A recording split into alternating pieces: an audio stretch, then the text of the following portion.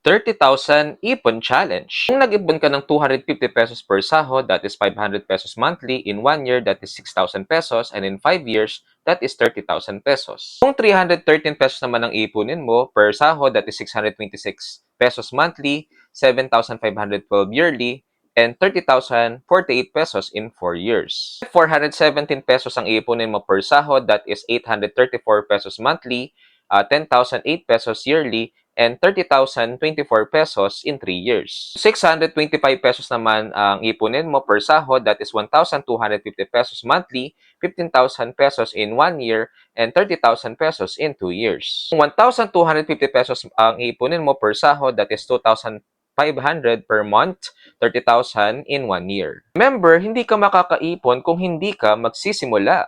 Gawin mong habit ang pag-ipon para may pera ka sa oras ng pangangailangan. Thank you so much for watching.